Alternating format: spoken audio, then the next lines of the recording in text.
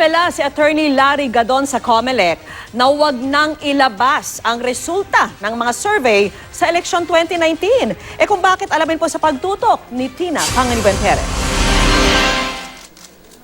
Sa petisyong inihain ni Attorney Larry Gadon at ng Katipunan ng Demokratikong Pilipino, sinabi nilang dapat pahintuin ng COMELEC ang Pulse Asia at SWS sa pagpapalabas ng resulta ng survey kaugnay sa nalalapit na senatorial election. Iginigiit ni Gadon na kumakandidato ngayong senador na peke raw ang resulta ng mga survey. Patunay raw rito ang kakaunting bilang ng mga respondent kumpara sa dami ng registered voters sa bansa.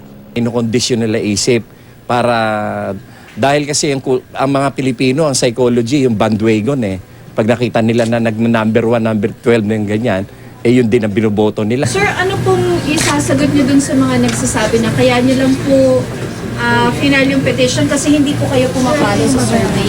Yun na nga isipin mo, 55 million ang registered voters. 55 million. Magsasurvey sila 1,800. O asa ng logic doon. Pero pagka nagpa-survey ka ng marami, lumalabas ako sa Magic 12. May desisyon na ang Korte Suprema noon na pinapayagan ng mga survey sa eleksyon. Pero ayon sa abogado ni Gadon, may kondisyon daw yon. Meron dong isang caveat na ang sinabi, kapag ang survey results ay bogus o fake, ang COMELEC ay mayroong kakayahan o kapangyarihan na i-confiscate ang survey at ipatigil ito.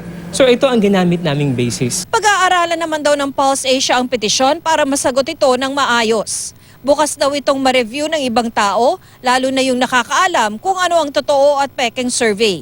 Ang inilalabas daw nilang resulta ng mga survey ay yung hindi kinumisyon o pinagawa ng sinuman.